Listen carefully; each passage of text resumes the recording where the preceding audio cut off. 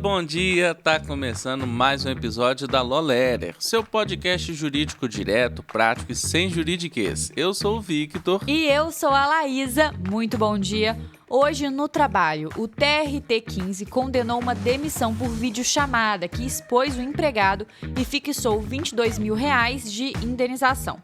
No direito previdenciário, o STJ decidiu que o salário do aprendiz entra no cálculo da contribuição paga pela empresa. No penal, um advogado foi preso no sertão de Pernambuco por supostamente enviar vídeo íntimo à própria filha, e a OAB abriu a apuração. No Constitucional, o STF limitou a aplicação da Convenção de Haia quando há indícios de violência doméstica, priorizando o melhor interesse da criança. Ainda no penal, a Justiça do Rio aceitou a queixa-crime de Thiago Galhaço e a Ludmilla vai responder por calúnia, injúria e difamação. E no direito internacional, Carla Zambelli continua presa em Roma, enquanto a justiça italiana avalia um laudo médico que pode influenciar a extradição. Então já tá com o café na mão? Bora, porque o episódio de hoje tá dando o que falar. Já vamos abrir esse episódio aqui falando do direito do trabalho. Começando com um caso bem sensível. O TRT15 condenou uma empresa do setor de sucroalcooleiro e de energia a pagar R$22 mil por danos morais a um ex-funcionário demitido por videoconferência. A demissão aconteceu pelo Teams, enquanto ele trabalhava em home office. E o tribunal entendeu que, do jeito que ela foi feita, a situação passou do razoável e expôs o trabalhador ao constrangimento. O ponto não foi pode ou não pode demitir online, porque a modalidade em si é legal. O problema foi a condução. Segundo a relatora, houve tratamento constrangedor e até discriminatório, principalmente considerando o longo tempo de casa do empregado e o cargo estratégico que ele ocupava na tesouraria. Ou seja, faltou cuidado básico com a forma e com o contexto. A decisão reforça uma ideia simples: não basta estar dentro da lei, é preciso respeitar a dignidade de quem está do outro lado da tela. Quando a empresa escolhe a via virtual, tem que redobrar cautelas, comunicar com clareza, evitar exposições desnecessárias e conduzir o desligamento de modo humano, proporcional e também respeitoso. Aqui, o tribunal enxergou que a forma virtual, sem essas cautelas, configurou tratamento inadequado. Resultado: condenação por dano moral. O recado prático para RH e gestão é direto. Processo de desligamento pede protocolo e empatia. Do contrário, abre espaço para responsabilização. E aí surge a pergunta: quais elementos fazem uma demissão virtual ser considerada abusiva ou gerar direito à indenização, mesmo sendo legalmente permitida? Quem responde pra gente é Igor Coelho Costa Cruz, especialista em Direito e Processo do Trabalho e presidente da Comissão de Direito do Trabalho da OAB de Paraíba. Olha só, o desligamento virtual em si não é ilegal. O que a justiça analisa, na verdade, é como isso é feito. E quando a empresa trata esse momento de maneira fria, impessoal, ou coloca o trabalhador em uma situação constrangedora, aí sim, a gente entra no campo do abuso e do direito à indenização. E nesse caso, que foi julgado pelo TRT15, o trabalhador tinha mais de 20 anos de casa e foi chamado em uma sala da empresa para receber por vídeo a notícia do desligamento, que foi dada pelo seu chefe, que estava em home office. E depois disso, é claro que, visivelmente abalado, ele voltou à mesa para recolher os seus pertences e essa exposição acabou pesando muito nessa decisão. E aqui eu falo como advogado que está na linha de frente. Muitos processos que a gente atende não nascem necessariamente da falta de pagamento de um direito objetivo, mas da forma como a rescisão é conduzida. E quando a empresa não tem um tratamento humano, quando não há respeito e quando o desligamento é feito de forma brusca, é claro que isso gera um constrangimento ao trabalhador. E é exatamente esse sentimento de injustiça e de desrespeito que muitas vezes leva à judicialização do caso. Então, de forma resumida, o desligamento virtual pode até ser permitido. Não há nenhuma vedação na lei. Entretanto, ele não pode ser desumano. O que está em jogo, pessoal, é a dignidade do trabalhador, naturalmente. E quando a empresa erra nesse ponto, a justiça tende a reconhecer o direito à indenização. Mais uma vez, eu agradeço o convite e fico à disposição no @Igor Cruz Advogado. Ô Victor, agora eu tenho uma pergunta aqui bem sincera para você. O que funciona para você na hora de estudar de verdade? Horas a fio ali estudando aquele assunto ou a estratégia certa? Essa é uma pergunta complicada, porque você rala anos, perde fim de semana, E aí um colega que começou depois passa na Procuradoria dos Sonhos. Aí dá um baque, né? A chave para isso é menos quanto tempo e mais como você usa esse tempo. Qualidade é melhor que quantidade. O seu estudo está rendendo mesmo? Será? E a gente falou exatamente disso no episódio de ontem do Manual Jurídico da Vida Real, que é como montar um estudo que funciona para você. O link tá na descrição. Dá o play, pega as anotações e bora ajustar a rota sem drama. E bora com o direito previdenciário. O STJ decidiu que o salário do menor aprendiz entra sim na base da contribuição previdenciária paga pela empresa. A primeira seção entendeu que o aprendiz é empregado e não segurado facultativo. Então, não há isenção, vale a regra geral de recolhimento. Pois é, e tem um fundamento muito importante por trás disso. O contrato de aprendizagem é um contrato de trabalho especial, artigo 428 da CLT. Por isso, a remuneração do aprendiz compõe não só a contribuição patronal ao INSS, mas também o JURAT e os tributos destinados a terceiros. Na prática, aumenta o custo da folha onde há muita mão de obra nessa modalidade. Do lado das empresas, especialistas já apontam um possível efeito colateral. Encarecer a contratação pode desestimular programas de primeiro emprego. Independentemente da tese, o recado operacional é claro para RH e DP. Ajustar o cálculo das contribuições e revisar a conformidade nos contratos de aprendizagem. Aproveitando o gancho, mesmo com contribuição obrigatória só a partir dos 14 anos para aprendizes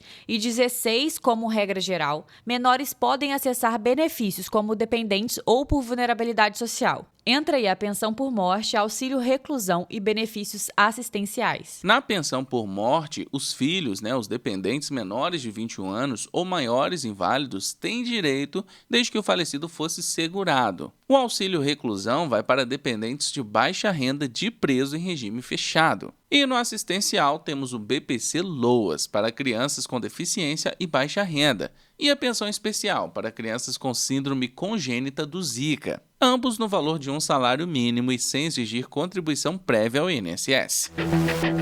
Bora agora para direito penal com um caso muito grave lá no sertão de Pernambuco. Um advogado foi preso em flagrante depois de a família denunciar que ele teria enviado mensagens e vídeos impróprios para a própria filha adolescente. A tia registrou o boletim de ocorrência e levou a situação à delegacia. A investigação corre sobre o tipo de favorecimento da prostituição ou outra forma de exploração sexual de vulnerável. Artigo 218b, parágrafo 2º do Código Penal. Agora, em português claro, quando um adulto induz, facilita ou se aproveita sexualmente de menor de idade, entra nessa caixinha penal. O caso também está amparado pela Lei Maria da Penha, Lei 11.340 de 2006, por envolver violência no contexto familiar. E para você que está ouvindo a gente, vale lembrar, flagrante é quando a pessoa é pega no ato ou logo depois, com indícios imediatos do crime. Aqui, as mensagens de WhatsApp são o ponto central da apuração, e o foco do inquérito é entender o teor, a intenção e o impacto sobre a vítima. No campo profissional, a OAB abriu procedimento ético disciplinar para apurar a conduta do advogado. Em nota, a seccional de Pernambuco disse que vai investigar com rigor possíveis violações da ética e a dignidade da advocacia.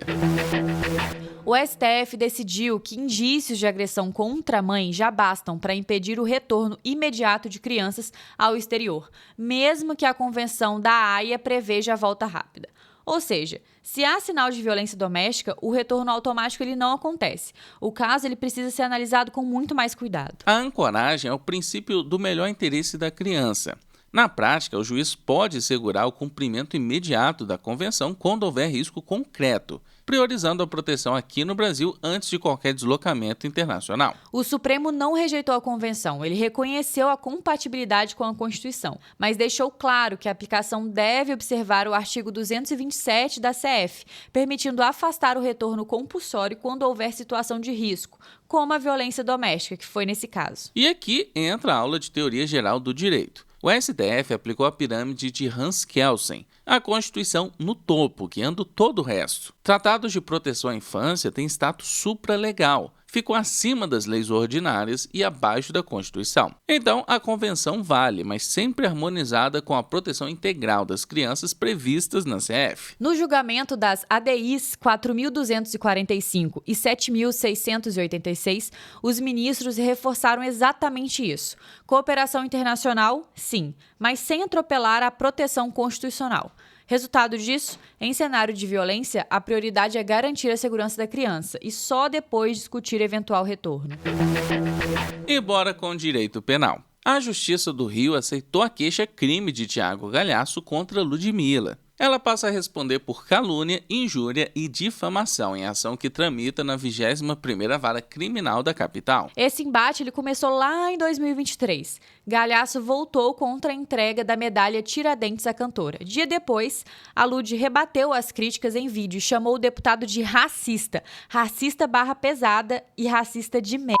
Segundo a acusação, essas falas atingiram a honra e a imagem do parlamentar. Agora, a defesa de Ludmilla tem 10 dias para se manifestar por escrito no processo. Os próximos passos? Segue o rito da ação penal privada. Queixa-crime é um instrumento típico nos crimes contra a honra. Em caso de condenação, além da esfera criminal, pode haver indenização por danos morais ao deputado.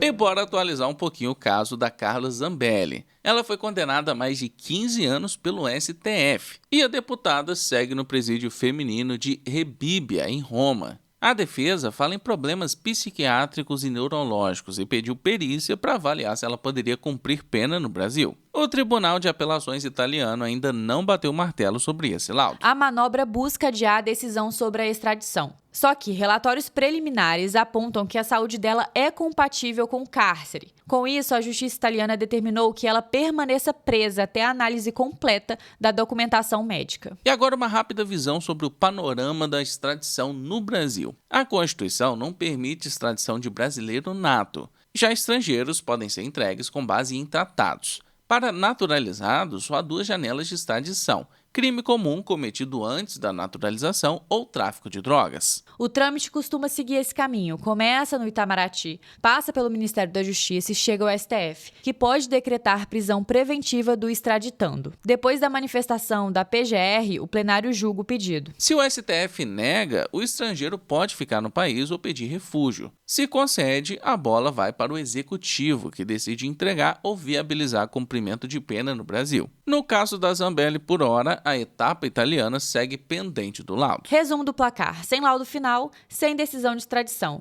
A gente acompanha os próximos passos e volta com a atualização para vocês. E o nosso episódio vai ficando por aqui. Obrigada a você que escutou a gente até o fim. E amanhã, sexta-feira, a gente volta com o último episódio para fechar essa semana com chave de ouro. E fico feliz em dizer que o pessoal que estava sumido aqui pelos comentários, que a gente até chegou a citar na edição anterior, voltaram a comentar por aqui.